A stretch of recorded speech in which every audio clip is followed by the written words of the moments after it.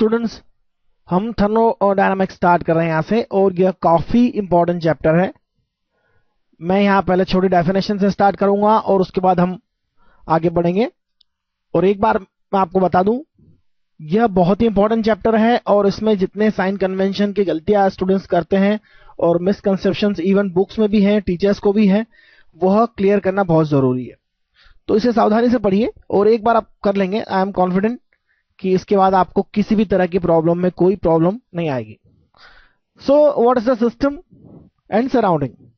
हम जिसको स्टडी कर रहे हैं दैट इज द सिस्टम। और जहां तक थर्मोडायनामिक सिस्टम की बात है, तो सिस्टम की डेफिनेशन होती है which can interact with surrounding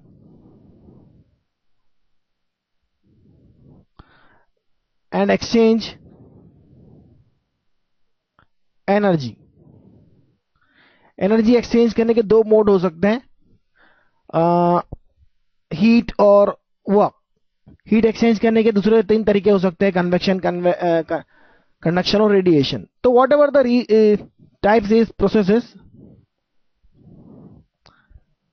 system and surrounding की डेफिनेशन हम यहां देखते हैं। दिस इज द सिस्टम, और सिस्टम के अलावा जो कुछ वह सराउंडिंग है। और ज्यादा डेफिनेशंस जो होती है वो डिटेल डेफिनेशंस हम केमिस्ट्री में पढ़ते हैं। तो यहां पर हमारा सिस्टम नॉर्मली एक गैस अंडर द सिलेंडर्स होती है जो सराउंडिंग के साथ वर्क डन करती है, एक्सचेंज करती है heat through the work done, और फ्लो ऑफ हीट होता है। यहां ज्यादातर सिस्टम क्लोज सिस्टम होते हैं। क्लोज सिस्टम ऐसे सिस्टम होते हैं जिसमें मास ट्रांसफर नहीं होता, मतलब गैस जो है हमारी कंटेंट वह ट्रांसफर नहीं होगा, केवल एनर्जी ट्रांसफर होगी। तो केमिस्ट्री में बहुत सारी चीजें पढ़ेंगे, आइसोलेटेड सिस्टम क्या होते हैं और क्लोज सिस्टम क्या होते हैं, वॉट एवर इट इज। तो यहां पर हम इतना ही काफी हमारे लिए। Process is the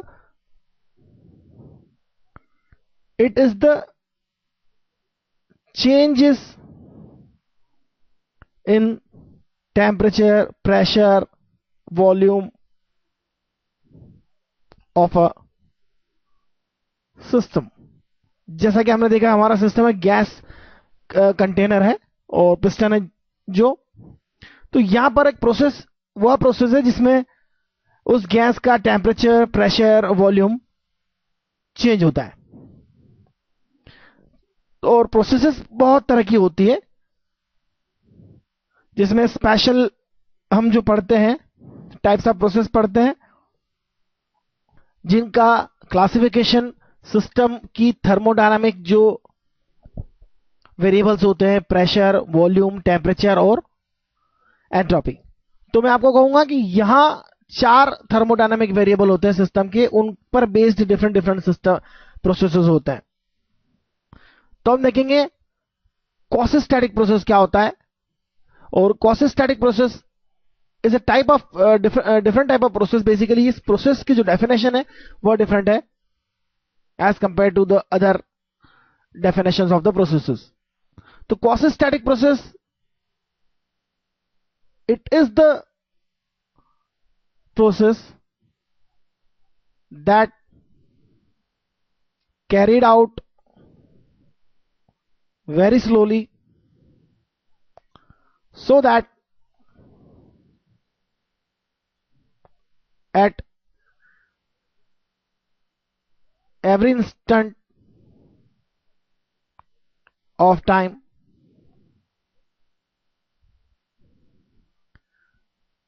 system is in equilibrium with surrounding।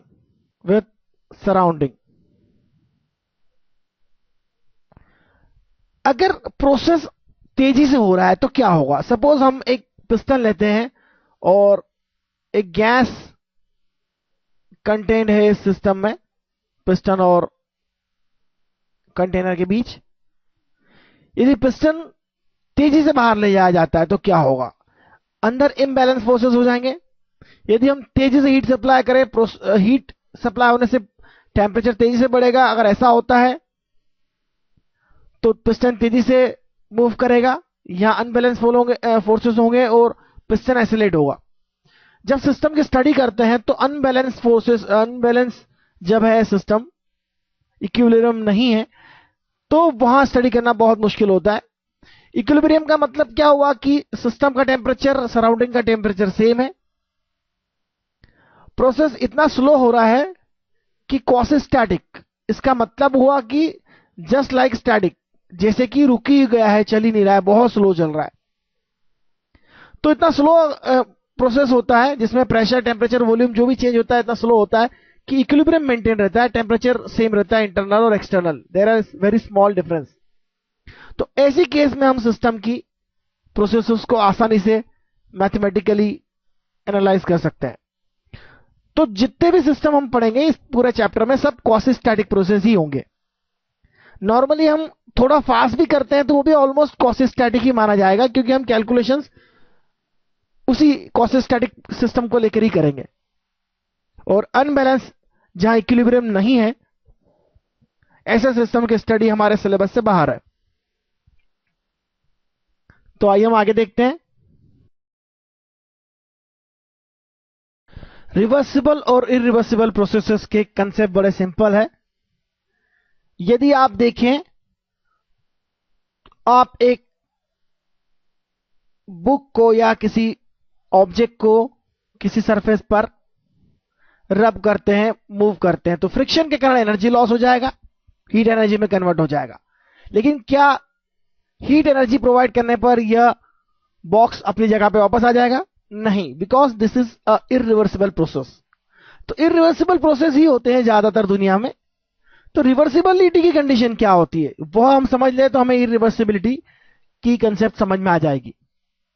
Conditions of reversibility of a process. एक प्रोसेस रिवर्सिबल कब होगा? This is simple, it should be quasi static. Quasi static process में क्या था, हमने देखा था प्रोसेस इतना स्लो हो रहा है या इस मैनर में हो रहा है कि एक्सटर्नल टेम्परेचर इंटरनल टेम्परेचर के इक्वल है और एक्सटर्नल प्रेशर इंटरनल टेम्परेचर के इक्वल है।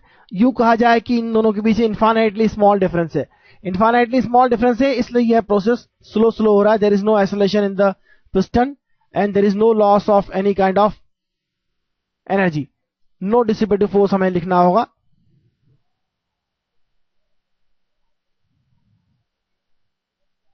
Like friction and viscosity.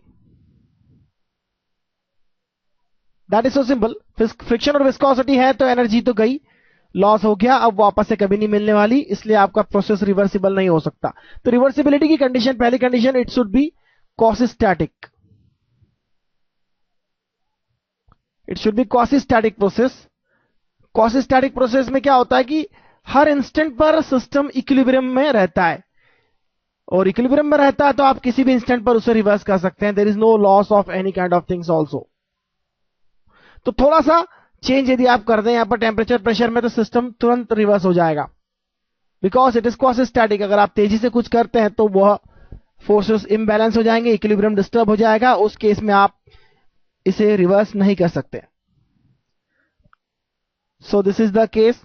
इतना ही काफी है मेरे लिए समझना, और कुछ प्रोसेसेस को पहचानना जरूर आपको आना चाहिए, which process is reversible and which process is irreversible. It is not difficult to understand with the help of this all theory as I think so.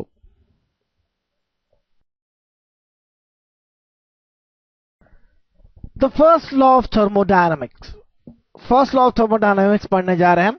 Zeroth law तो हमने पढ़ लिया था पिछले चैप्टर में, फर्स्ट लॉ हम पढ़ने जा रहे हैं। इस लॉ के बारे में एक छोटी सी बात जो बार बार कही जाती है, this is the consequence of law of